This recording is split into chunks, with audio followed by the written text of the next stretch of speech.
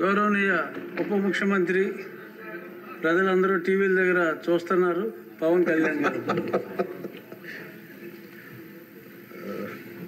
గౌరవ అధ్యక్షుల వారికి హృదయపూర్వక నమస్కారం. నాకు మాట్లాడే అవకాశం ఇచ్చినందుకు గౌరవ ముఖ్యమంత్రి గారికి మీకు హృదయపూర్వక నమస్కారం. నా గవర్నర్ గారి ప్రసంగానికి మనస్ఫూర్తిగా మా పార్టీ తరపు నుంచి నా తరపు నుంచి మనస్ఫూర్తిగా దానికి మద్దతు తెలుపుతూ ధన్యవాదాలు తెలియజేసుకున్నాను అధ్యక్షుడు. ఇక్కడున్న ఎక్కువ మంది చాలా సీనియర్ నాయకులు, మోస్ట్ ఆఫ్ దెమ్. నాకు ఇలాంటి సెషన్స్ ఎలా ఉంటాయో నాకు తెలియదు. ఫస్ట్ టైం నేను అంటే గొడవ ఎలా ఉంటుంది అసెంబ్లీలో నాకు తెలియదు. నాకు చాలా ఆశ్చర్యం కలిగింది ఏంటంటే నేను ఇట్లాంటి గొడవలు టీవీల్లో గతంలో తెలంగాణ నరసింహన్ గారు గవర్నర్గా ఉన్నప్పుడు ఉమ్మడి రాష్ట్రం అప్పుడు గొడవలు చూశాను, టీవీలో చూసామని. అట్లీస్ట్ దానికి ఒక కారణం ఉండిందో ఇంకో 100 విభేదించే పరిస్థితులు ఉన్నాయి. ఇక్కడ విభేదించడానికి ఏముందో నాకు తెలియలేదు. నేను అనుకుంటా ఉన్నాను ఇలా ప్రవర్తించచ్చా, ఇలా చేయొచ్చా అంటే ఇది leaders should lead by example కదా. రాష్ట్రానికి ప్రథమ పౌరులైన గవర్నర్ గారు ఇలా ఈ స్థాయిలో ఉండి ఆయన మర్యాదపూర్వకంగా వచ్చి మన బడ్జెట్ని మన రాష్ట్ర విధానాలని ఆయన ప్రవేశపెట్టి మాట్లాడుతూ ఉంటే గౌరవించే విధానం ఇదేనా అని అనిపించింది. సో నేను మనోహర్ గారితో మాట్లాడుతాను, మా సహచరులను మన సివిల్ సప్లైస్ మినిస్టర్ గారితో. నా రూల్ బుక్ మేమిద్దరు మాట్లాడుకుంటే rules of procedure and conduct of business in Andhra Pradesh legislative assembly ఏంటి సార్ ఇలాగే మాట్లాడేస్తారంటే దాంట్లో చూపించాను. చాప్టర్ 5లో when the House assembles under Article 175, 176 of the Constitution, every member shall maintain the dignity and solemnity of the occasion before, during or after the governor's address and shall not obstruct or interrupt the address in any manner. Maintenance of dignity and సాల్మిటీ at governors address అనేది చాలా స్పష్టంగా ఈ rule బుక్లో ఉంటే మనమే రూల్స్ని implement చేయాల్సిన వాళ్ళం. వారికి సంఖ్యాబలం ఉందా లేదా పక్కన పెడితే every member of this house has a responsibility to follow the rules. మనమే కనుక ఆ రూల్స్ని బ్రేక్ చేస్తే ఇంక మన ప్రజలకి కానీ చూసే వాళ్ళకి ఏం చెప్తాం. నాకు చాలా కాలం క్రితం నేను అప్పుడప్పుడు మనోహర్ గారిని అడుగుతూ ఉంటాను, సార్ అసెంబ్లీలో ఇక్కడ ఏమి గొడవలు జరిగినా ఎందుకు కేసులు పడవని, ఇక్కడ ఏమి మీకు కొట్టుకో. ఇది నేను నాకు చాలా కామన్ మ్యాన్ ఒక ఇష్యూ, ఒక ఇంక్విజిటివ్నెస్. అండ్ నాకు పార్లమెంట్లో గొడవ జరిగినప్పుడు ఏమి అవ్వేంటి ఇలా ఇబ్బంది పెట్టేస్తారు ఏంటంటే ఇక్కడ అవేమి ఉండవు, ఇక్కడ ఇట్స్ ఫ్రీ ఫర్ ఆల్ అన్నట్టుగా మాట్లాడితే వీ హ్యావ్ మోర్ రెస్పాన్సిబిలిటీ. మన మీద రూల్స్ పెట్టలేదు అంటే ఏం కేసులు పెట్టమండి. ఇదే కనుక నిన్న వాళ్ళు చేసిన గొడవే కనుక గవర్నర్ గారి మీద ఆయన సుప్రీంకోర్టు జస్టిస్గా ఉన్నప్పుడు ధైర్యం చేయగలరా, కళ్ళల్లో చూడగలరా?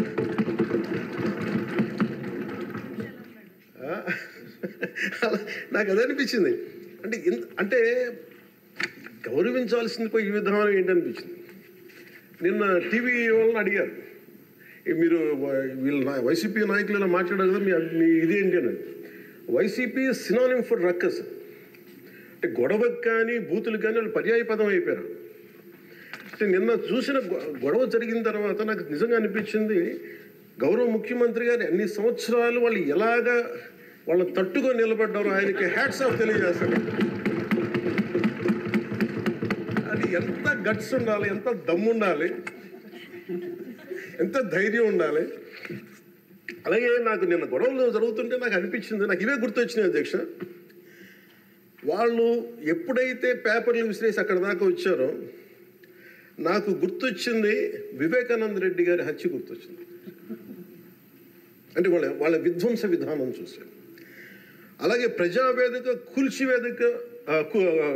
ప్రజావేదికని కూల్చిన విధానాన్ని గుర్తొచ్చింది అధ్యక్ష. 200 పైచిలకు ఆలయాలని విధ్వంసం గుర్తొచ్చింది అధ్యక్ష. డాక్టర్ సుధాకర్ గారు చనిపోయిన విధానం గుర్తొచ్చింది అధ్యక్ష. జంగారెడ్డి కల్తీ సారాలో చనిపోయిన చావులు గుర్తొచ్చినాయి అధ్యక్ష. సుప్రీంకోర్టు జడ్జిలతో లెటర్ రాసిన విధానం గుర్తొచ్చింది అధ్యక్ష. వాళ్ళు చేసిన గొడవకి మన హైకోర్టు, ఆంధ్రప్రదేశ్ హైకోర్టు జడ్జెస్ని సోషల్ మీడియాలో బూతులు తిట్టిన విధానం గుర్తొచ్చింది అధ్యక్ష. సోషల్ మీడియా అబ్యూస్ గుర్తొచ్చింది అధ్యక్ష. పత్రికాధిపతులపై దాడులు గుర్తొచ్చినాయి అధ్యక్ష. రివర్స్ టెండరింగ్ గుర్తొచ్చింది అధ్యక్ష, పాలసీ టెర్రరిజం గుర్తొచ్చింది అధ్యక్ష, స్వయాన మీ మీద జరిగిన టార్చరు, దాడులు, ఇబ్బంది పెట్టిన విధానం గుర్తొచ్చింది అధ్యక్ష, మన అడవుల విధ్వంసం గుర్తొచ్చింది అధ్యక్ష, చంద్రబాబు గారిని 53 రోజులు జైల్లో పెట్టి ఇబ్బంది పెట్టిన విధానం గుర్తొచ్చింది అధ్యక్ష, అమరావతి రైతుల్ని దారుణంగా రక్తాలు ఇచ్చేలా కొట్టి కేసులు పెట్టింది గుర్తొచ్చింది అధ్యక్ష, తిరుపతి కల్తీ లడ్డులు గుర్తొచ్చినాయి అధ్యక్ష, అబ్యూజ్ ఆన్ విమెన్ గుర్తొచ్చింది అధ్యక్ష. మన కళ్ళ ముందు వీళ్ళు విధ్వంసం తెలియజేస్తా ఉన్నారు. వీళ్ళు ఈ స్థాయిలో ఇక్కడ ప్రవర్తిస్తే దానికి సంబంధించి బయట ఇట్లాంటి గొడవలు జరుగుతాయి అధ్యక్ష. ఇది మారాలి అని చెప్పి మనం మాట్లాడితే ప్రజలు మనకి ఈ రోజున ఇంత అత్యధిక బలంతో మనల్ని ఇక్కడ నుంచోబెట్టారు అధ్యక్ష, ఇక్కడ కూర్చోబెట్టారు మనందరూ. దీనికి గౌరవ ముఖ్యమంత్రి గారు ప్రదేశాలు చెప్తా ఉంటారు. అలాగే ఇది మినిమం గవర్నమెంట్, ఇది మన నరేంద్ర మోదీ గారు చెప్తారు, గౌరవ ప్రధానమంత్రి, minimum government and maximum governance అని. దాంట్లో భాగంగానే చాలా గ్రేట్ అడ్మినిస్ట్రేటివ్ రిఫార్మ్స్ పట్టుకొచ్చారు. ఈ రోజున వాట్సాప్ గవర్నెన్స్ కూడా ముందుకు తీసుకెళ్ళడానికి ఆయన అనుభవం. అంటే మేము ఈ ప్రభుత్వం చేస్తున్నది అధ్యక్ష, ఎక్కడా కూడా ప్రభుత్వం ప్రజలకి సామరస్యపూర్వకంగా ఉండాలి, ఎక్కువ సానుకూలంగా ఉండాలి, ఎక్కువ బాధ్యతలు పెట్టాలి, ఎక్కువ బరువు పెట్టకూడదు అనే విధంగా గౌరవ ముఖ్యమంత్రి గారి ఆధ్వర్యంలో నడుస్తూ ఉంది ప్రభుత్వం. మేమందరం ఆయనకి సహాయ సహకారాలు అందిస్తా ఉన్నాం అధ్యక్ష. Governor his excellency Abdul Nazeer గారికి రాష్ట్ర ప్రభుత్వ అధిపతిగా గవర్నర్ హోదాలో శాసనసభను ఉద్దేశించి రాష్ట్ర అభివృద్ధి భవిష్యత్ నమూనాను దిశానిర్దేశం చేసినందుకు వారికి నా హృదయపూర్వక కృతజ్ఞతలు. అలాంటి ఉన్నతమైన వ్యక్తి ఇస్తున్న సందేశాన్ని చూసి వైసీపీ వాళ్ళు బాయ్కాట్ చేయడం చాలా దురదృష్టకరం. ఇలాంటి ఆయన చూస్తూ ఉన్నాను అధ్యక్ష, ఇట్లాంటి ఇబ్బంది పెట్టే సమయంలో కూడా ఆయనకు ఆరోగ్యం కూడా సరిగ్గా లేదు, జ్వరం వచ్చిన సమయంలో కూడా ఆయన ఎంత ఇబ్బంది పెడుతుంటే ఆయన చాలా సక్సెస్ఫుల్గా ఆయనకి ఇచ్చినందుకు మనస్ఫూర్తిగా వారికి నా ధన్యవాదాలు, నా కృతజ్ఞతలు తెలియజేస్తాను. చట్టసభలు దేవాలయాలు లాంటివి, రాజ్యాంగాన్ని పరిరక్షించేందుకు 5 కోట్ల ఆంధ్రప్రదేశ్ రాష్ట్ర ప్రజల భవిష్యత్తుని నిర్ణయించే వేదిక ఇది. అలాంటి సభను హుందాగా నడిపించాలని కూటమి ప్రభుత్వం అధికారులకు వచ్చిన రోజు నుంచి తరచుగా చెప్తూ గౌరవ ముఖ్యమంత్రి గారు పదే మా అందరికీ దిశానిర్దేశం చేస్తూ ఉంటారు. గతంలో కూడా మొదటి రోజు కూడా వారికి ఎట్లా రావాలి పెడితే లేదు మనకి ఇబ్బంది పెట్టొద్దు, వాళ్ళకి 11 సీట్లు వచ్చినా కానీ పాపం వారికి ఇవ్వాల్సింది గౌరవం వాళ్ళకి ఇద్దామని చెప్పి ఏ రోజు కూడా ఇబ్బంది పెట్టి గబుక్కుని ఒక మాట అంటుంటే గౌరవ సభ్యులు కొంతమంది ఇక్కడి నుంచి అలా చెయ్యొద్దు, అలా మాట్లాడకండి అని అందరినీ చాలా సున్నితంగా మందలించారు ఆయన. ఇట్లాంటి ఉన్నప్పుడు వాళ్ళు ప్రవర్తించే విధానం చాలా బాధ అనిపించింది. మేమందరం 164 మంది సభ్యులు చాలా బాధ్యతగా వ్యవహరిస్తున్నాం అధ్యక్ష. భవిష్యత్తులో కూడా రాజ్యాంగ పరిరక్షణ, రాష్ట్ర ప్రజల సంక్షేమం, రాష్ట్ర సమగ్ర అభివృద్ధి జయంగా వ్యవహరిస్తామని సందర్భంగా గవర్నర్ గారికి శాసనసభ వేదికగా తెలియజేస్తాం. నిన్న సభలో గందరగోళం సృష్టించి సభ నుండి వెళ్ళిపోయిన 11 మంది ఎమ్మెల్యేల పార్టీకి సంబంధించిన ఎమ్మెల్సీ ప్రవర్తనని ఖండిస్తూ ఇందులో ఆ తప్పు లేనప్పటికీ కూడా గవర్నర్ గారికి ప్రభుత్వం తరఫున క్షమాపణ తెలియజేస్తాను అధ్యక్ష. గౌరవ శాసనసభ స్పీకర్ శ్రీ అయ్యన్న పాత్రుడి గారికి, సభలో ఆసీనులై ఉన్న గౌరవ ముఖ్యమంత్రి శ్రీ నారా చంద్రబాబు నాయుడు గారికి, మంత్రివర్యులకు, శాసనసభ్యులకు, శాసనమండలి సభ్యులకు, అలాగే సభ నుంచి వెళ్ళిపోయిన వైసీపీ సభ్యులకు కూడా నా హృదయపూర్వక నమస్కారం. అధ్యక్ష, మేము ఆర్థిక ఇబ్బందులు పడుతున్న రాజధాని ఇచ్చి కూడా రాజధాని నిర్మించుకోలేని రాష్ట్రంలో గత ప్రభుత్వం రాజధానిపై నిర్మాణం దృష్టి పెట్టకుండా 3 ముక్కలాట ఆడింది. అభివృద్ధి కుంటుపడింది, ఆర్థిక స్థిరత్వం కోల్పోయింది. ఈ కారణంగా పెట్టుబడులు మందగించాయి, అధికార దుర్వినియోగం, క్షీణించిన శాంతి భద్రతలు, మౌలిక సదుపాయాలు, కల్పన వైఫల్యం కారణంగా రాష్ట్రం తీవ్ర సంక్షోభంలో వెళ్ళిపోయింది. ఇలాంటి సమయంలో గౌరవ ముఖ్యమంత్రి శ్రీ నారా చంద్రబాబు గారి నాయకత్వంలో ఆయన ఈ సవాళ్ళను అధిగమిస్తూ ప్రభుత్వాన్ని స్థాపించాం. ఇప్పుడు ఆర్థిక, సామాజిక, సాంస్కృతిక, విద్య, ఆరోగ్య, పర్యావరణ మరియు మౌలిక సదుపాయాల అభివృద్ధి లక్ష్యంగా ప్రాంతాల వారి సమగ్రమైన అభివృద్ధి ప్రణాళికతో ముందుకు వెళ్తున్నాం. ఎన్నికల ముందు పరిస్థితులు చూసాం. సాంత్వన, ఓదార్పు కావాల్సిన రాష్ట్రానికి ఈ రోజున వాళ్ళు బాధ్యత రాహిత్యం మనకి చూసాం. గత కొంతకాలంగా రాష్ట్రం ఆర్థిక సుస్థిరత కోల్పోయిన దరిమిలా తిరిగి నారా చంద్రబాబు గారి నాయకత్వంలో పునర్జీవం వైపు అడుగులు వేస్తున్న కీలక సమయం అది. అదేవిధంగా ప్రభుత్వంలో పారదర్శకత, జవాబుదారీతనం తీసుకురావాలనే ఉద్దేశంతో పంచాయతీరాజ్ శాఖలో అవినీతికి ఎటువంటి తావు లేకుండా ఉద్యోగుల బదిలీల కార్యక్రమం చేపట్టడం జరిగింది అధ్యక్ష. గ్రామ పంచాయతీలో ఘనంగా జాతీయ వేడుకలు జరుపుకోవాలనే ఉద్దేశంతో స్వాతంత్ర గణతంత్ర దినోత్సవాల వేడుకలను ఖర్చులను పెంచి పంచాయతీలకు అందించడం జరిగింది.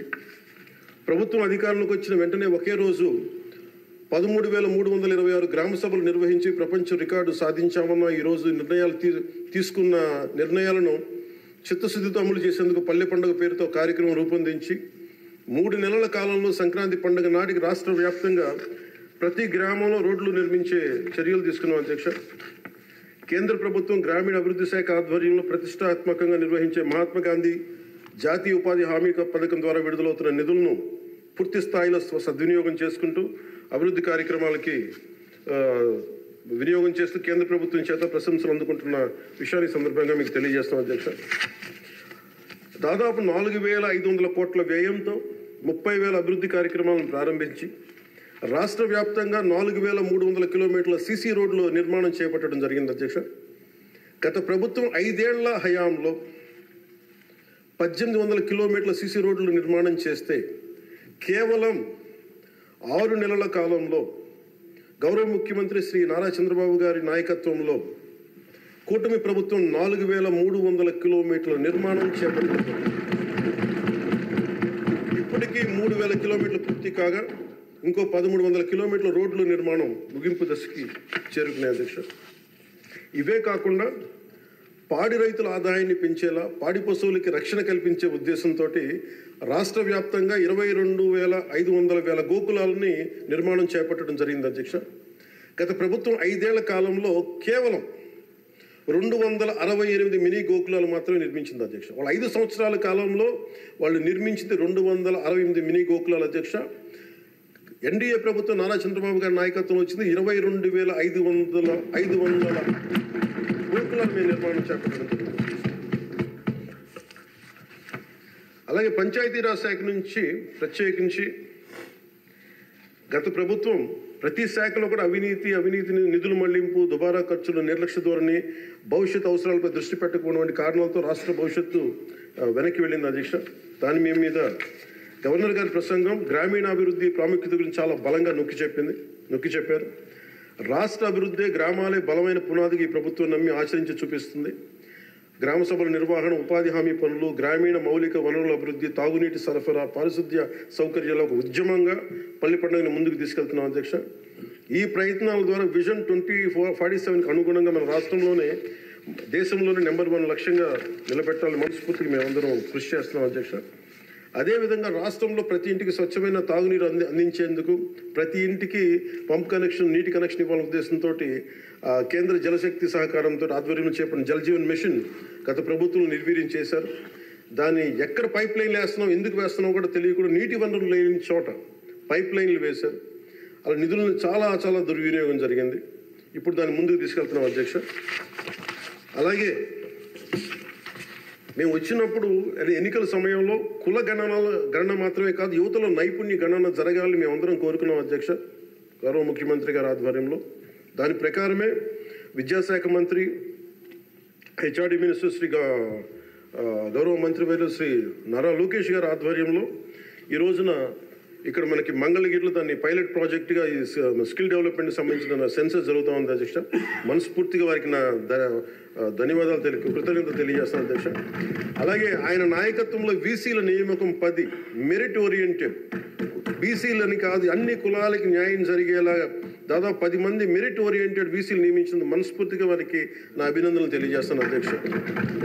అదేవిధంగా సామాన్యులకి వైద్య ఖర్చులు భారం కాకూడదనే ఉద్దేశంతో ఎన్నికలు ఇచ్చిన హామీ ప్రకారం 25 లక్షలు, 2.5 లక్షల నుంచి 25 లక్షల ఆరోగ్య బీమా అందించే లక్ష్యంతో ప్రణాళిక సిద్ధం చేస్తున్నందుకు మనస్ఫూర్తిగా ముఖ్యమంత్రి గారికి ధన్యవాదాలు తెలియజేస్తాను.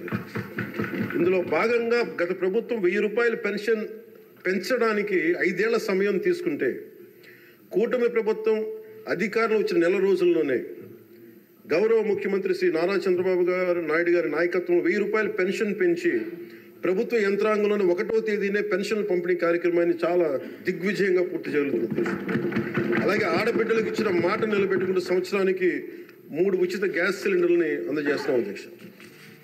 అలాగే భారత సంస్కృతి మూలం వసుదైక కుటుంబం. ప్రకృతితో మనుషులతో పాటు సకల చరాచర జీవజాలం చెట్లు పరిరక్షించుకోవాలనే లక్ష్యంతో అటవీ పర్యావరణ శాఖ దృఢ సంకల్పంతో పనిచేస్తున్న అధ్యక్ష. రాష్ట్రంలో పచ్చదనాన్ని 50% పెంచే ఉద్దేశంతో రాష్ట్ర వ్యాప్తంగా సుదీర్ఘకాలం జీవించే దేశీయ మొక్కల్ని పెంపకం చేపట్టడం జరిగింది. అలాగే ప్రత్యేక దృష్టి మనకి మన్యం, పార్వతీపురం, చిత్తూరు జిల్లాలో కూడా అటవీ ఏనుగుల నుండి రైతులు తరచుగా ఎదుర్కొంటున్న సమస్యలను పరిష్కరించేందుకు కర్ణాటక రాష్ట్ర ప్రభుత్వంతో కూడా forest minister Karnataka forest minister Eshwar Khandre గారికి కూడా నేను వెళ్ళి కలవడం జరిగింది అధ్యక్ష. వారికి మనకు సంబంధించి ఇక్కడ టీం చేయడానికి అక్కడ కుంకి ఏనుగుల్ని మనకి తీసుకొచ్చేందుకు మనం చర్యలు తీసుకుంటా ఉన్నాం అధ్యక్ష. ఈరోజు నిన్న రాత్రి ముఖ్యంగా చిత్తూరు మన అన్నమయ్య జిల్లాలో జరిగింది. చాలా బాధ కలిగిన తర్వాత 3 చనిపోయారు. దీనికి ప్రత్యేకంగా ఇప్పుడే సమీక్ష నిర్వహించి వస్తున్నాను అధ్యక్ష. ఇది మీ ద్వారా ప్రజలందరికీ కూడా తెలియజేయాలనుకుంటుంది ఏంటంటే, కొన్ని ప్రత్యేకమైన ఈ దేవాలయాలు కానీ కొన్ని అటవీ దాని కింద ఉన్నాయి అటవీ భూభాగము.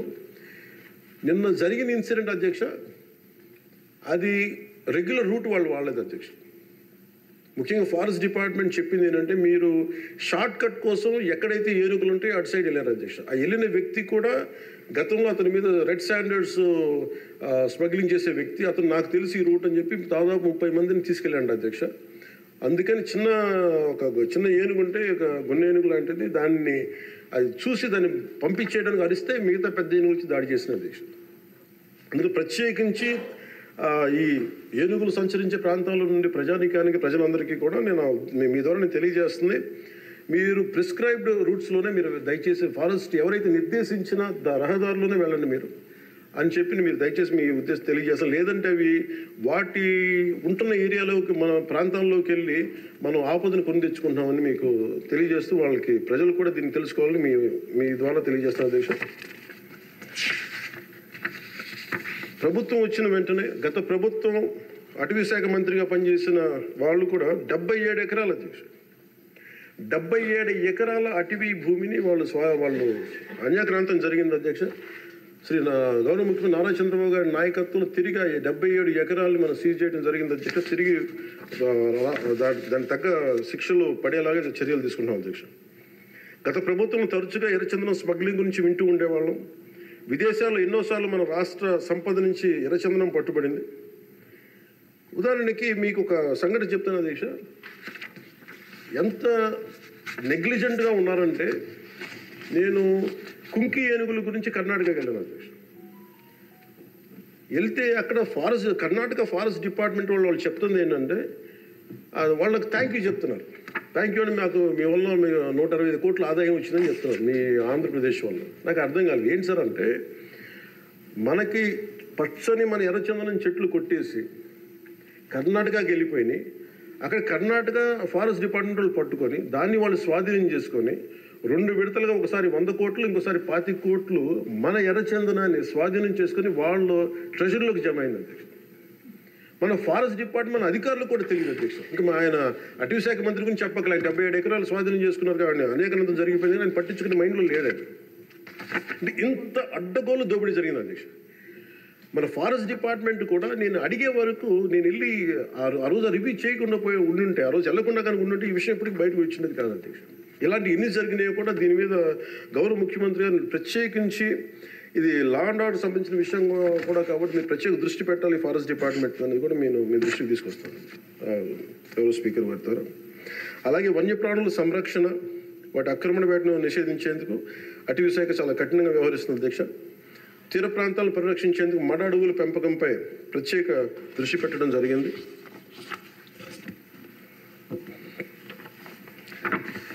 గౌరవ ముఖ్యమంత్రి గారికి దాదాపు ఒక 2 నెలల క్రితం వారి దృష్టికి వెళ్ళిన అధ్యక్ష. వారి దృష్టికి కొన్ని విషయాలు తీసుకొచ్చాను. గత ప్రభుత్వం గత 5 సంవత్సరాల కాలంలో చాలా ముఖ్యం మీకు తెలుసు ఉత్తరాంధ్ర ప్రాంతంలో గిరిజన ప్రాంతాల్లో అసలు డోలీల ద్వారా పేషెంట్స్ని తీసుకొచ్చి అంబులెన్స్ వెళ్ళలేని గ్రామాలు ఉన్నాయి, రోడ్లు లేని గ్రామాలు ఉన్నాయి. చాలామంది మనకి న్యూస్ పేపర్లో మనకి న్యూస్ వచ్చేది, డోరీల ద్వారా తీసుకొచ్చి వాళ్ళు ఇబ్బంది పడే విధానం, దారిలోనే వాళ్ళకి డెలివరీ అయిపోయే పరిస్థితి, చాలా ప్రమాదకరమైన పరిస్థితులు ఉంటే గౌరవ ముఖ్యమంత్రి గారు అపాయింట్మెంట్ తీసుకుని ఒకసారి చెప్పాను, సార్ మన దగ్గర ఆర్థిక పరిస్థితి అన్నీ తెలిసి కూడా నేను ఆయన ఒత్తిడి పెట్టడానికి వెళ్ళాను. సార్ మీరు ఇట్లా ఉంది పరిస్థితి అంటే ఆయన అడ్మినిస్ట్రేటివ్ శాంక్షన్ ఒక 35 కోట్ల ఆ రోజున పెద్ద మనసుతో ఇచ్చారు అధ్యక్ష. ఆ తర్వాత అలాగే మన కేంద్రంలో కొన్ని స్కీమ్స్ ఉన్నాయి, వాటన్నిటి ద్వారా తీసుకెళ్లి ముందు రోడ్లు వేస్తే అధ్యక్ష ఈ రోజున ఇది మీ దృష్టికి తీసుకొస్తున్నాం ప్రజలందరికీ మీ ద్వారా. రహదారి నిర్మాణంతో ఇన్ని 7 దశాబ్దాల కాలంలో సార్ తొలిసారిగా అంబులెన్స్ కూత విన్న గిరిజన గ్రామం పొలంగూడ అధ్యక్ష. సకాలంలో అంబులెన్స్ రావడంతో నిమిషాల్లో ఆసుపత్రికి చేరుకొని ఆరోగ్యమైన మగబిడ్డకి జన్మనిచ్చింది ఒక గిరిజన మహిళ.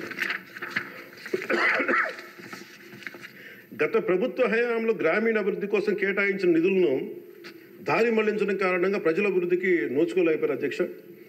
కానీ గత ప్రభుత్వ తప్పిదాలను సరిచేస్తూ అధికారులకు వచ్చిన రోజు నుండి గ్రామీణ అభివృద్ధి లక్ష్యంగా వికసిత్ భారతంలో ఏ ఒక్క గ్రామం కూడా అభివృద్ధికి మన స్వర్ణాంధ్ర ఉండే ఏ గ్రామం కూడా అభివృద్ధికి దూరం కాకూడదు అన్న సంకల్పంతో గౌరవ ముఖ్యమంత్రి శ్రీ నారా చంద్రబాబు నాయుడు గారి నేతృత్వంలో రాష్ట్ర ప్రభుత్వం కృత నిశ్చయంతో పనిచేస్తున్న అధ్యక్ష. గిరిజన గ్రామాలు, కొండ ప్రాంతాల్లో డోలీ మోతలు ఈ ముగింపు పలికే దిశగా ఆంధ్రప్రదేశ్ ప్రభుత్వం పంచాయతీరాజ్ గ్రామీణాభివృద్ధి శాఖ ఆధ్వర్యంలో చేపట్టిన మౌలిక సదుపాయాల కల్పనలో భాగంగా శ్రీకాకుళం జిల్లా కొత్తూరు మండలం గుట్టుపల్లి నుండి పొలంగూడ వరకు నూతన బీటీ రోడ్డు నిర్మాణం కొరకు మహాత్మా గాంధీ జాతీయ ఉపాధి హామీ పథకం కింద 21-22 ఆర్థిక సంవత్సరంలో మంజూరు చేయడం జరిగింది అధ్యక్ష. దీనిని సీతంపేట గిరిజన సంక్షేమ ఇంజనీరింగ్ డిపార్ట్మెంట్ ఏజెన్సీ పని పూర్తి చేయాల్సి ఉంది. నూతన ప్రభుత్వం ఏర్పడిన తర్వాత అధికార యంత్రాంగంతో సమీక్షలు నిర్వహించి ఏ రోడ్లు అయితే చేయలేదో కొన్ని రోడ్లని ప్రత్యేకించి ఒక రోడ్డుని ఎన్నుకొని ఈ రోడ్డు నిర్మాణం పూర్తి చేసేందుకు కావాల్సిన చర్యలు తీసుకోవడం జరిగింది అధ్యక్ష. 2024 డిసెంబర్ నెలలో 2.5 కిలోమీటర్ల బీటీ రోడ్డు నిర్మాణం మొదలుపెట్టి 2025 జనవరి నెలాఖరు నాటికి ఈ నిర్మాణం పూర్తి చేయడం జరిగింది అధ్యక్ష. ఇది వేరువేరు మండలాలు, జిల్లాలు కలిపేందుకు ఈ మార్గం ఉపయోగపడటం వల్ల పొలంగూడని సీతంపేటకు వచ్చేందుకు దాదాపు 25 కిలోమీటర్ల ప్రయాణ దూరం తగ్గింది అధ్యక్ష.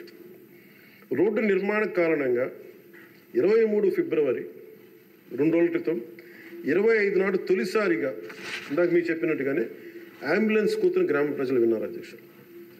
పురిటి నొప్పులతో బిడ్డకు జన్మనిచ్చేందుకు ఇబ్బంది పెడుతున్న శ్రీమతి సబర సబియాక అనే గిరిజన సోదరి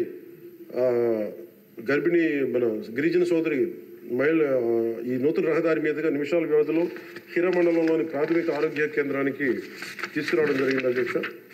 చాలా మగబిడ్డకి జన్మనిచ్చారు.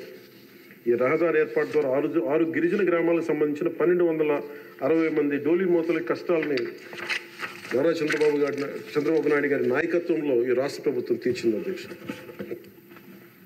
ప్రత్యేకించి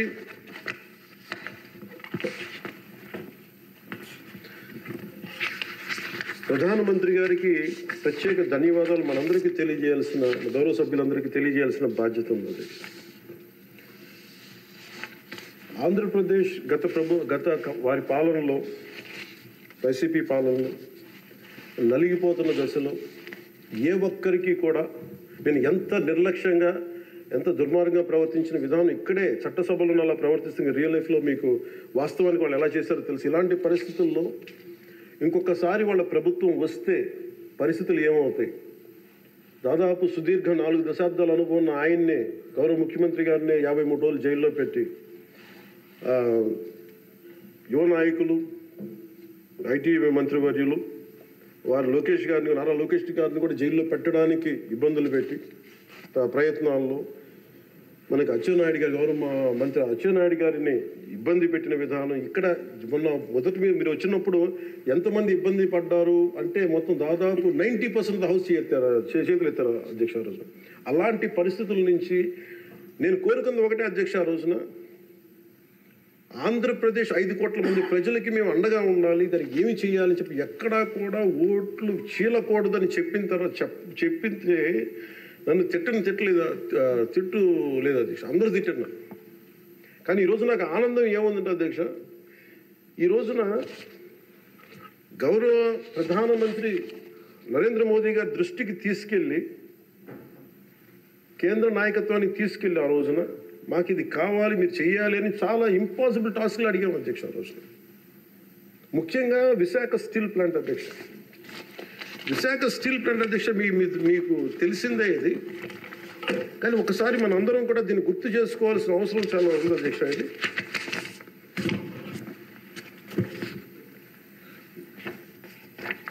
1966 అక్టోబర్లో విశాఖ ఉక్కు ఆంధ్రుల హక్కు అనే నినాదంతో రాష్ట్ర వ్యాప్తంగా ఉద్యమం మొదలైంది. దాదాపు ఉద్యమంలోకి యువత విద్యార్థులు పూర్తి స్థాయిలో వచ్చారు. 1966 నవంబర్ 1వ తేదీన రాష్ట్ర వ్యాప్తంగా నిరసనలు చేపట్టారు. లాఠీ చార్జీలు, కాల్పుల్లో 32 మంది చనిపోయారు అధ్యక్ష. వీటిలో ఒక బిగ్ లిస్ట్ ఉంది అధ్యక్ష, 32 పేర్లు.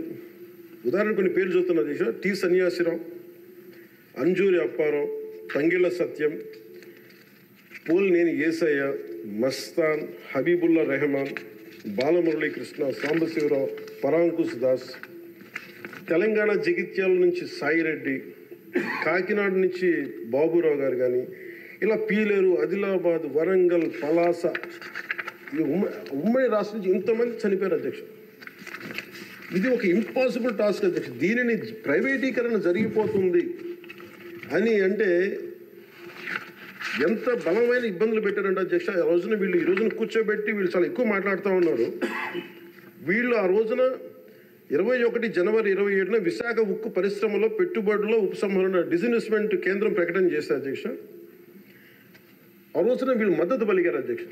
వైసీపీ నాయకులు మద్దతు పలకటమే కాకుండా వాళ్ళు కూర్చొని మమ్మల్ని అందరినీ ఇరకాటంలో పెట్టాలని. అలాంటి పరిస్థితుల్లో నేను, మా నాయకులు మనోహర్ గారు వెళ్ళాం అధ్యక్ష ఢిల్లీకి. వెళ్ళి ఇక్కడ సభ జరిగింది. సభ జరిగితే మేము ఆ రోజున కేంద్ర మంత్రి, హోంమంత్రి శ్రీ అమిత్ షా గారిని కలిసాం అధ్యక్ష. ఉక్కు ప్రైవేటీకరణపై నిర్ణయం మీరు పునరాలోచించుకోమని చెప్పాను అధ్యక్ష. ఒకటే చెప్పాను అధ్యక్ష, ఈ రోజున ఇంతమంది చనిపోయారు, దాదాపు 32 మంది. మా ఆంధ్రప్రదేశ్లో తెలంగాణకి తెలంగాణ అన్న భావం ఉంటుంది. మా ఆంధ్రప్రదేశ్కి దురదృష్టం ఏంటో దౌర్భాగ్యం తెలియదు. మాకు ఎప్పుడు కులాల భావం తప్ప మేము ఆంధ్రులు అనే భావన మాకు లేదు. ఒకే ఒక్క చోట ఆంధ్రులు అనే భావం ఎక్కడ వస్తుందంటే విశాఖ స్టీల్ ప్లాంట్ ఒక్క దగ్గరే ఆంధ్రులు అనే హక్కు భావన వస్తుంది. అంటే మేము అది నేను చాలాసార్లు అనుకుంటూ ఉంటాను అధ్యక్ష, ఎందుకు విశాఖ ఉక్కు అనుకనే ప్రతి ఒక్కరికి ఒక ఏకత ఉంటుంది.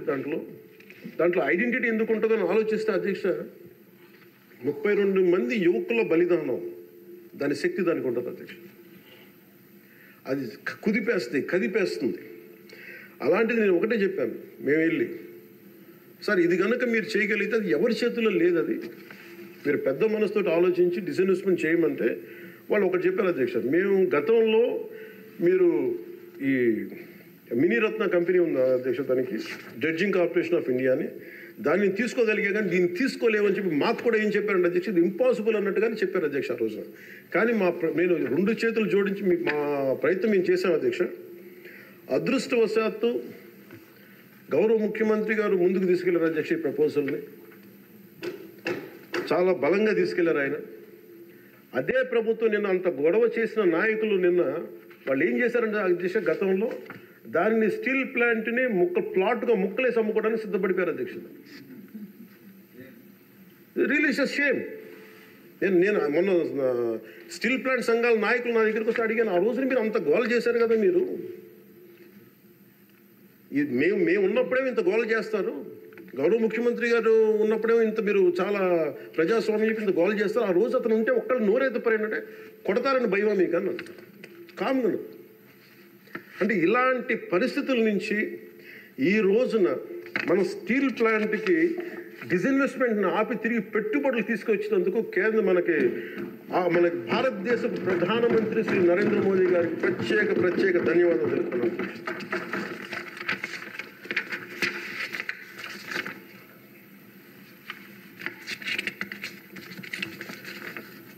ఆ రోజు విశాఖ స్టీల్ ప్లాంట్ పరిరక్షణకి అఖిల పక్షం ఏర్పాటు చేయాలని మేము అడిగితే అధ్యక్ష, వాళ్ళకి గత ప్రభుత్వ నాయకుల్ని రాష్ట్ర ప్రభుత్వం స్టాండ్ ఏమిటో చెప్పాలంటారు.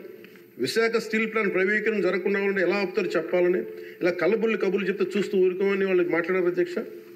వైసీపీ నాయకులు కేంద్రం మా మాట వినదని చెప్పారు అధ్యక్ష. పదవులు కావాలి, బెయిల్ కావాలని అడిగితే స్టీల్ ప్లాంట్ ఎక్కడి నుంచి వస్తుంది అధ్యక్ష? కేంద్ర ప్రభుత్వం ప్రవేశపెట్టిన ప్రతి బిల్లుకి మద్దతు ఇస్తున్నప్పుడు స్టీల్ ప్లాంట్ కోసం ప్రత్యేకంగా గనులు ఎందుకు అడగలేదని వాళ్ళు నిలదీశారు అధ్యక్ష. రోజు నేను చెప్పాను మీకు ఒక కార్యాచరణ ప్రకటించండి. మాకు ఆ రోజున ఒక ఎమ్మెల్యే, ఆ ఎమ్మెల్యే కూడా మీరు తీసేసుకున్నారు. వైసీపీకి ఉన్నారు, మీకు టీడీపీకి ఉన్నారు. ఆ రోజు 175 మంది ఎమ్మెల్యేలు, 25 మంది ఎంపీలు. ఒక ఐక్య కార్యాచరణ ప్రకటించండి అంటే అండగా ఉంటామని చెప్తే కూడా వాళ్ళు కాపాడుకోలేపారు అధ్యక్ష. కానీ నారా చంద్రబాబు గారి నాయకత్వం మేము కాపాడుకున్నాం అధ్యక్ష. స్టీల్ మేము చాలా గర్వంగా చెప్పగలం, చాలా గర్వంగా చెప్పగలం అధ్యక్ష. అలాగే దీన్ని ప్రత్యేకించి అధ్యక్ష, ప్రధానమంత్రి గారికి మన సభ నుంచి అందేలాగా ఆంధ్రప్రదేశ్ మన అమరావతి మన క్యాపిటల్ దగ్గర నుంచి వెళ్ళేలాగా అక్కడికి అందేలాగా వారికి నా కృతజ్ఞతలు తెలియజేస్తాను అధ్యక్ష. I take this opportunity to express my wholehearted gratitude to Honorable Prime Minister Sri Narendra Modi ji for his unwavering trust in the Andhra Pradesh government and for extending the immense support in every aspect of state development. मैं इस अवसर पर माननीय प्रधानमंत्री श्री नरेंद्र मोदी जी को आंध्र प्रदेश सरकार पर भरोसा दिखाने और विकास में सहयोग देने के लिए अपना आभार व्यक्त करता हूं. The Polavaram project, Adhyaksha, the key things. One is Polavaram project. The central government stood by us. That is, number one is Polavaram project, the lifeline of Andhra Pradesh. The Polavaram project is crucial for irrigation, resolving the drinking water crisis across the state. Under the previous regime, the project faced severe neglect with less than 10% of the work completed, leading to unnecessary cost escalations and delays due to reverse tendering. After forming the new government, Honorable CM Sri Nara Chandrababu Naidu Garu reassessed the project status and sought central support. The central government under the leadership of Sri Narendra Modi ji responded immediately, approving 12,157 crore for 24-25 and 5,936 crore for 25-26, ensuring rapid progress towards completion. The second one is Jal Jeevan Mission, Adhyaksha, safe drinking water for every household. The mission aims to provide 55 liters of safe drinking water per person daily through tap connections across 95.44 lakh households in Andhra Pradesh. The previous government failed to achieve even 1% progress in 5 years. The central government has sanctioned 27,000 crore for phase 1, boosting implementation efforts. The Andhra Pradesh government also has requested 54,000 crore for phase 2 and successfully advocated for an extension of the mission till 2028. And we acknowledge and we thank Honorable Prime Minister Sri Narendra Modi. Another major development projects worth 2.8 lakh crores. On June 7th, from Visakhapatnam, Honorable PM Sri Narendra Modi ji inaugurated and announced 2,08,548 crore worth of development projects, including a Visakha railway zone, for strengthening and connectivity and boosting regional transportation, green hydrogen hub and bulk drug park, positioning Andhra Pradesh as an industrial core leader, Chris City in Krishnapatnam industrial area, Tirupati district, enhancing economic opportunities, various national highway and railway projects improving infrastructure and connectivity, Urvakal industrial corridor driving employment generation in Rayalaseema region and reducing migration.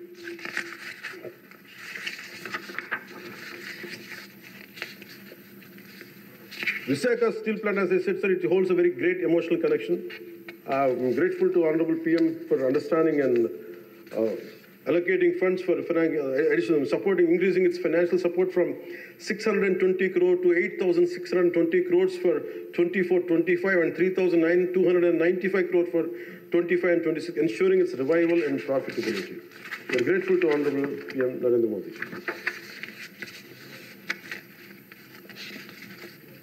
The central government has actively promoted regional heritage through Man Ki Baat and pilgrimage rejuvenation and spiritual heritage augmentation drive initiative, which is called, in short, the acronym is PRASAD initiatives. Andhra Pradesh Wooden Toys Tableau won a national award at the Republic Parade, bringing national recognition to our Andhra Pradesh craftsmanship. commitment towards Vikasit Bharat 2047 on behalf of 5 crore Andhra Pradesh people.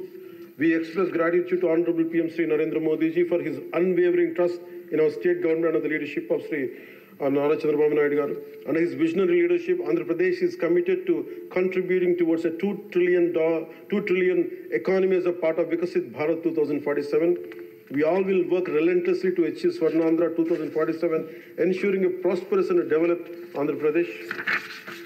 Employment generation through Narega, the central government has allocated 5,621 crore under wage component and 3,233 crore under material component through Narega, which has generated 22.04 crore working days and provided employment to 73.27 lakh laborers, ensured 100 days of assured employment for 3.23 lakh families.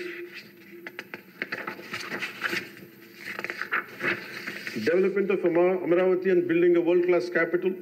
The YCP government neglected the construction of Amaravati and misused and diverted central funds, leading to uncertainty and loss of investor confidence. Due to the lack of stable government and clear policies, many international companies refrained from investing in Andhra Pradesh. The newly formed NDA government is committed to developing Amaravati as a world-class capital under the leadership of Sri Nara Chandrababu Naidu garu. So for this, central government has sanctioned 15,000 crore and assured continued support for timely completion of the capital. This will not only accelerate the state's growth, but also attract top global companies, creating a strong and economic and industrial ecosystem in the state of AP.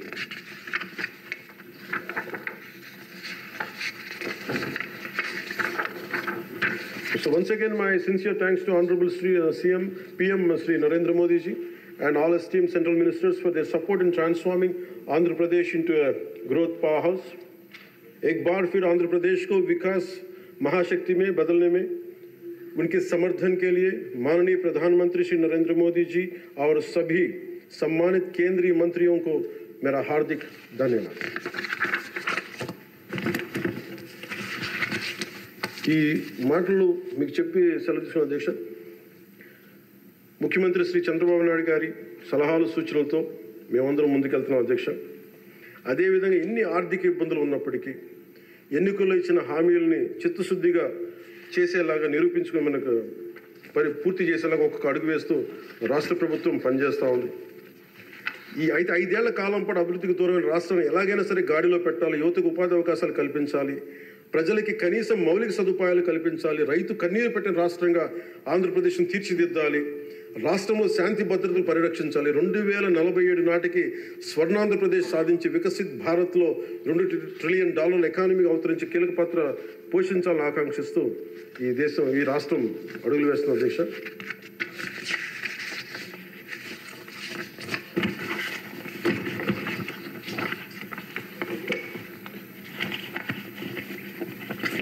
చాలా నలిగి వచ్చాము అధ్యక్ష. మీ మీద కూడా కేసులు పడ్డాయి, మిమ్మల్ని కూడా ఇబ్బంది పెట్టారు. ఇలాంటి సమయంలో one caution all of us, వ్యక్తిగతంగా నేను తీసుకున్న అధ్యక్ష, నా పార్టీ వ్యక్తులు కూడా చెప్తా ఉన్నాను, ఇది ప్రజలకు కూడా తెలియజేస్తాం. గత 5 సంవత్సరాల కాలం నలిగిపోయాం అధ్యక్ష. మేమందరం గౌరవ ముఖ్యమంత్రి గారు ఎంత నలిగిపోయారు మనందరికీ తెలుసు. ఎంత ఇబ్బంది పడ్డారు, ఇంట్లోంచి ఆడవాళ్ళు బయటికి రావాలంటే ఇబ్బంది పడ్డారు, రాష్ట్రంలో నవ్వు లేదు, భయాలు ఉన్నాయి. అలాంటి స్థాయి నుంచి మేమందరం కలిపి ప్రజల్లో విశ్వాసాన్ని చెరుకున్నాం అధ్యక్ష. వీళ్ళు నిలబడతారని మనందరం తీసుకోవాల్సిన మా అందరికీ కూడా నేను పదే నాకు చెప్పుకుంటాను అధ్యక్ష. అది సంకీర్ణ ప్రభుత్వాలు చాలా ఛాలెంజింగ్ అధ్యక్ష. ఒక పార్టీ అయితే ఇబ్బంది లేదు, కానీ మన అదృష్టమో ఏదో దురదృష్టమో తెలియదు, కానీ సంకీర్ణ ప్రభుత్వం వచ్చింది మనది. అది ఎటు తీసుకున్నా కానీ our commitment is for people అధ్యక్ష. ఎన్నిసార్లు కూడా చాలాసార్లు గౌరవ ముఖ్యమంత్రి గారికి నన్ను ఇబ్బంది పెట్టి చాలామంది చాలా రకాల వ్యాఖ్యలు చేసినప్పటికీ కూడా మేము ఎందుకు బలంగా కలిసి ఉంటాం అనడానికి ఇది వారి గురించో నా గురించో లేదా లోకేష్ గారి గురించి ఇంకెవరి గురించే కాదు. ఇది we have committed for people అధ్యక్ష.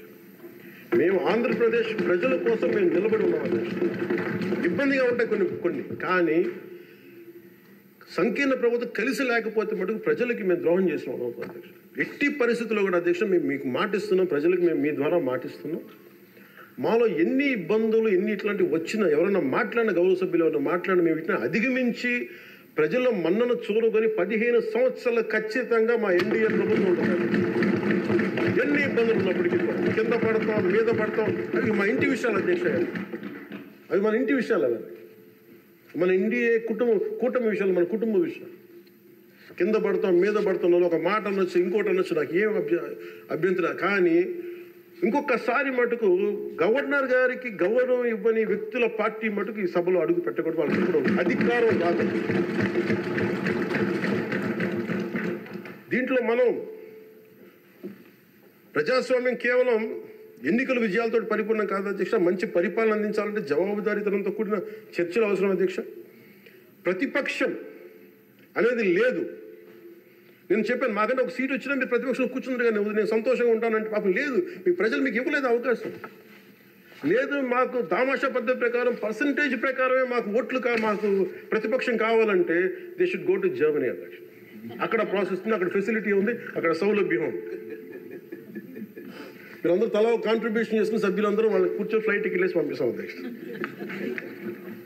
అంటే ఇక్కడ మనకున్న, అంటే మనం సరదాగా మాట్లాడుకున్న మనకున్న బాధ్యత, మనమే అధికార పార్టీ, మనమే మన గౌరవ ముఖ్యమంత్రి గారు చెప్పారు అధ్యక్ష, మనమే ప్రతిపక్షంగా కూడా ప్రవర్తించాలని. అంటే నిర్మాణాత్మక ప్రతిపక్షంగా యాజ్ ఎ కాన్షియస్ కీపర్గా. సింగపూర్లో మనకు తెలిసి PIP, people's action party, which is initiated by great leader Lee Kuan Yew, స్వీయ నియంత్రణ కోసం వాళ్ళు అధికారంలో ఉండటం కారణంగా స్వీయ నియంత్రణ కోసం అధికార పార్టీలోని విభిన్నమైన అభిప్రాయాలతో కూడిన చర్చలు చేస్తారు అధ్యక్ష. భారతదేశ స్వాతంత్రం వచ్చాక పార్లమెంటు మొట్టమొదటి సమావేశ సందర్భం ప్రస్తుత సభకి ప్రజలు ఇచ్చిన తీర్పును ప్రతిబింబిస్తుంది. అప్పుడు ఇతర పార్టీ నుండి గెలిచిన అంబేద్కర్ గారిని న్యాయశాఖ మంత్రిగా నియమించారు. ప్రతిపక్ష జనసంఘ్ చెందిన శ్యామ్ ప్రసాద్ ముఖర్జీ నెహ్రూ గారు మంత్రివర్గంలో చేర్చుకున్నారు. వారు బాబు రాజేంద్ర ప్రసాద్ గారిపై అనేక నిర్ణయాలపై విభేదించేవాళ్ళు. ఎమర్జెన్సీ తర్వాత వచ్చిన ప్రభుత్వంలో కాంగ్రెసేతర పక్షాలు వాజ్పేయి గారు కానీ, మొరార్జీ దేశాయ్ గారు కానీ, చరణ్ సింగ్ గారు విభిన్నమైన పక్షాలు భాగస్వామ్యమైనవి. నేటి ఆంధ్రప్రదేశ్ పరిస్థితి స్వాతంత్రం సిద్ధించిన తర్వాత లేక ఎమర్జెన్సీ తర్వాత దేశ పరిస్థితిని గుర్తు చేస్తున్న అధ్యక్ష. రెండో ప్రపంచ యుద్ధంలో కూడా బ్రిటన్కి జాతీయ ఐక్యత అవసరమైనందున లేబర్ పార్టీ నాయకుడు అట్లీ చర్చిల్ సంకీర్ణ మంత్రివర్గంలో మంత్రి అయ్యారు. మా పార్టీ, మా కూటమి పాత తరం విలువలతో కూడా రాజకీయం చేస్తాం అధ్యక్ష. అందుకు ఈ ఇబ్బందుల్లో నేను నిలబడతాం. ఈ దేశ ఇలాంటి విపత్కర పరిస్థితుల్లో నేషనల్ రీకన్సిలియేషన్ క్యాబినెట్ అని అన్ని పక్షాలతో క్యాబినెట్ ఫామ్ చేస్తారు అధ్యక్ష. ఇప్పుడు మన రాష్ట్రంలో ఉన్నది స్టేట్ రీకన్సిలియేషన్ క్యాబినెట్ అని చెప్పొచ్చు అధ్యక్ష. ప్రతిపక్షంగా ఉండాల్సిన వాళ్ళు ముఖం చాటేస్తున్న ఈ సందర్భంలో అధికార పక్షం, ప్రతిపక్షం కూడా మేమే అధ్యక్ష. ఇది ఒక్కోసారి మాలో మేము, ఉదాహరణకి టీటీడీలో ఒక తప్పు జరిగింది అధ్యక్ష, చిన్నది పాలనా ఇష్యూ, అది కొన్ని ప్రాణాలు కోల్పోయి ఆ రోజు నేను వాళ్ళందరికీ వెళ్ళి క్షమాపణ చెప్పాను అధ్యక్ష. దేనికంటే ఇది నాకు సంబంధం లేదు అని అనుకోవడం కాదు. మా సభ్యులు ఉన్నారు అక్కడ మన తిరుపతి. ఎందుకు క్షమాపణ చెప్పానంటే అధ్యక్ష, బాధల్లో ఉన్న వాళ్ళకి, ప్రాణాలు కోల్పోయిన వాళ్ళకి మనం తగ్గి మీ బాధలో మనం తిరిగి ప్రాణాలు తీసుకురాలేము అధ్యక్ష. కానీ మేము ఉన్నాం మీ బాధలను పంచుకోవడానికి. ఏదో కొంత ఊరట చెప్పకపోతే అధ్యక్ష, అది మనందరం తప్పు చేసిన వాళ్ళు అవుతుంది అధ్యక్ష. మనం ఆ రోజున తప్పు చెప్పకుండా ఉండి, ఆ రోజు మనకి సారీ చెప్పకుండా కనుక ఉండింటే అధ్యక్ష, వాళ్ళని బలం చేసిన వాళ్ళు అవుతాం, వాళ్ళు బలం పెంచిన వాళ్ళు అవుతాం అధ్యక్ష. ఎట్టి పరిస్థితుల్లో కూడా 11 సభ్యులుండి వాళ్ళు ఇంకా ఇంత గోల చేయగలుగుతున్నారంటే వాళ్ళకి ఒకటి పెరిగితే ఎంత గోల చేస్తారో మనం అందరం కూడా ఆలోచించాల్సిన అవసరం ఉంది. సో మన విభేదాలు విభేదాలు ఉంటాయి. ఒక తల్లికి పుట్టిన బిడ్డలకి విభేదాలు ఉంటాయి. మనందరం రకరకాల పార్టీల నుంచి వచ్చాం, రకరకాల పరిస్థితులు. కానీ మనందరం కమిట్మెంట్ ఫర్ ఏ వికసిత ఆంధ్రప్రదేశ్, స్వర్ణ ఆంధ్రప్రదేశ్. గౌరవ ముఖ్యమంత్రి గారు ఎందుకు నాకు అంత గౌరవం అంటే, ఒక పార్టీ నడపడం ఎంత కష్టం నాకు తెలుసు అధ్యక్ష. 4 దశాబ్దాల నుంచి నేను ఒకవైపు ఆయన చంపి ఆయన ఇబ్బంది పెడతా ఉంటాను. సార్ నాకు ఇది కావాలి, మాకు డబ్బులు ఇవ్వండి. డబ్బులు నా కోసం కాదు, నేను అడిగేది ఏం అడుగుతాను, రోడ్లు కావాలని అడుగుతాం. లేదంటే గౌరవ సభ్యులందరూ నాకు రోజు మా పంచాయతీలో రోడ్లు లేవు, ఈ ఇబ్బందులు ఉన్నాయంటే ఫైనల్గా మళ్ళీ నేను వెళ్ళి ముఖ్యమంత్రి గారే చేయి చేస్తాను. ఆయనేమో పయ్యావుల కేశవ్ గారి వైపు చూస్తారు. అలాగే మీకు ప్రతిసారి ఇబ్బంది ఉంటుంది అధ్యక్ష. కానీ వీటన్ని అధిగమించాలంటే we have to show our collective commitment and leadership to the state of Andhra Pradesh and to its people. That is very essential from ఇది మనం. ఎందుకంటే ప్రతిసారి బ్యూరోక్రాట్స్ కూడా మనం బలంగా ఉంటేనే బ్యూరోక్రసీ కూడా చాలా బలంగా పనిచేస్తుంది అధ్యక్ష. అందుకే బ్యూరోక్రసీ కూడా కూర్చోబెట్టి వాళ్ళు వింటలేదు అనడానికి వీళ్ళు ఉండరేమో అని అనుకుంటే మటుకు వాళ్ళు కూడా వదిలేస్తారు. అందుకే మన commitment for people should be very strong and should be have to show hour great resilience. అందుకే నాకు మనందరం కూడా ఇబ్బందులు ఉన్నా కానీ ఒక మాట అనుకుందాం, చేద్దాం, కానీ మన commitment for people should not waiver, not even an inch. That's what I believe in అధ్యక్ష. ఇది మీ దృష్టికి ఒకటే తీసుకొచ్చి ముగిస్తాను అధ్యక్ష. కంఠంలో ప్రాణం ఉన్నంత వరకు we will work for the state development, state prosperity, for people of Andhra, and we die for the nation.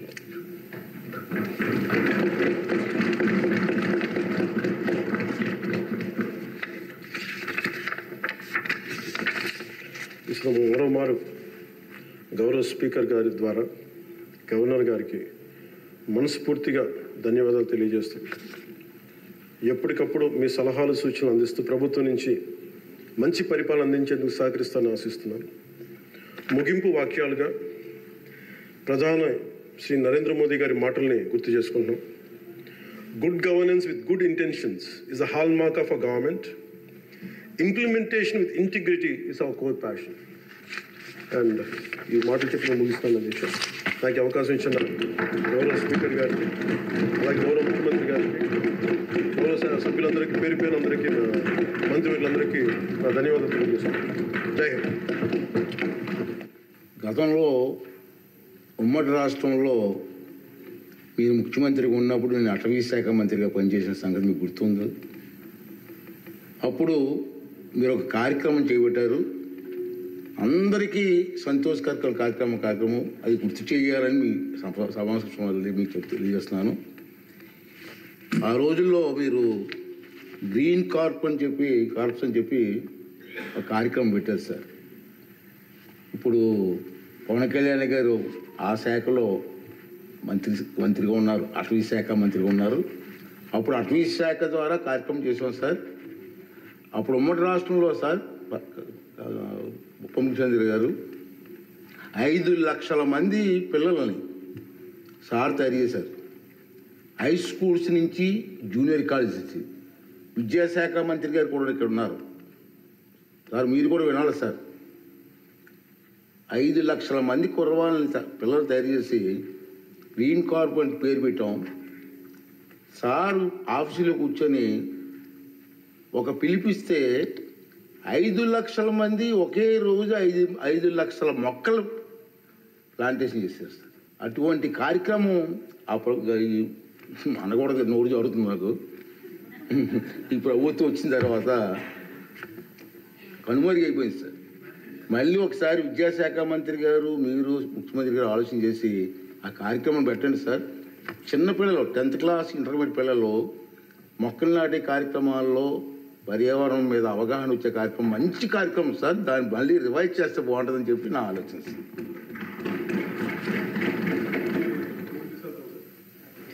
కాదు, ఏది అడిగినా డబ్బులతో ముడిపడదు సార్. నా భయం ఏంటంటే, గతంలో ఒక సినిమా ఉంది సార్, జల్సా అని. దాంట్లో హీరో పాత్రధారి ఫ్రెండ్స్ ఎవరు వచ్చినా డబ్బులు అడిగితే ఆ వార్డ్రోబ్ ఉంది, ఆ వార్డ్రోబ్లో చొక్కా ఉంటుంది, ఆ చొక్కాలో డబ్బులు అడిగి తెచ్చుకోండి. సో ప్రతిసారి వెళ్ళను, ఒక్కో ఫ్రెండ్ అడిగితే డబ్బులు కట్టి అక్కడ తెచ్చుకోండి. ఒకసారి ఉంగరం తీసుకుంటూ ఉంటారు. 3 సార్లు అయిపోయి 5వ సారి కూడా వచ్చిన తర్వాత అసలు ఎవరైతే చొక్కా పోయి అతను బయటకు వస్తాడు. ఏముంది ఆ చొక్కా దాంట్లో బొక్క తప్ప ఏముంది దాంట్లో. మాకు ఇబ్బంది ఏముందండి అధ్యక్ష, ఇది మేము ఏదన్నా అడుగుదామంటే వీళ్ళు ఖజానాన్ని లూటీ చేసి వెళ్ళిపోయారు అధ్యక్ష. వాళ్ళు ఎందుకు ఫేస్ చేయలేకపోతున్నారంటే మన మీద కోపం కాదు, మనల్ని ఫేస్ చేయలేక, మన ద్వారా ప్రజల్ని ఫేస్ చేయలేక. సో మాకు ఉన్న నమ్మకం ఏంటంటే, గతంలో కూడా మీరు తీసుకొచ్చింది గౌరవ ముఖ్యమంత్రి చెప్పారు అధ్యక్ష, అది హరితవనం, అది మేము తిరిగి రివైవ్ చేస్తాం అధ్యక్ష. ఈసారి ఒక యునిక్ సొల్యూషన్తో పట్టుకుంటాం. మనకి మొక్కలకు కానీ వీటికి దేనికి సంబంధించిన సరే మన ముఖ్యమంత్రి మీరు కంప్లీట్ సొల్యూషన్స్ అంటే మీరు ఏమనుకున్నారని చెప్పి మీరు గౌరవ అధ్యక్షులు గారు చెప్పింది దీన్ని ఖచ్చితంగా ముందుకు తీసుకెళ్తాం అధ్యక్ష. దీన్ని నాకు భయం ఏంటి, కొత్త ప్రపోజల్ తీసుకెళ్తే మీరు ఎకనామిక్ సొల్యూషన్ కూడా ఒక ఫైనాన్షియల్ అవుట్లో మీరు వే అవుట్ కూడా పట్టుకొచ్చి నాకు చెప్పండి తప్ప మొత్తం కూర్చొని నమ్మి డమ్ చేయకుండా ఉంది. అందువల్ల మీరు చెప్పింది మేము ఎట్లా దాన్ని ముందుకు తీసుకెళ్ళాలని మేము ఆలోచించి వారి దృష్టికి తీసుకెళ్ళి ఇది ఖచ్చితంగా దాన్ని ముందుకు తీసుకెళ్తాం అధ్యక్ష. మీరు చెప్పింది ఒక 10 times ఎక్కువ చేస్తాం అధ్యక్ష. మీరు 500 మేము 50 లక్షలు చేస్తాం. అది ఏదో నాటేసి వెళ్ళిపోవడం కాదు అధ్యక్ష, దాన్ని తిరిగి తీసుకొచ్చి. ఎందుకంటే మాకు ముఖ్యమంత్రి గారు మాకు చాలా క్లియర్ కట్ ఇది ఇచ్చారు అధ్యక్ష, 50% గ్రీన్ కవర్ కావాలనేది. మనం వెళ్ళే లోపు మనకి నెక్స్ట్ ఎన్నికలు వచ్చే లోపు మేము దాన్ని ఖచ్చితంగా పూర్తి చేస్తాం అధ్యక్ష. This our commitment.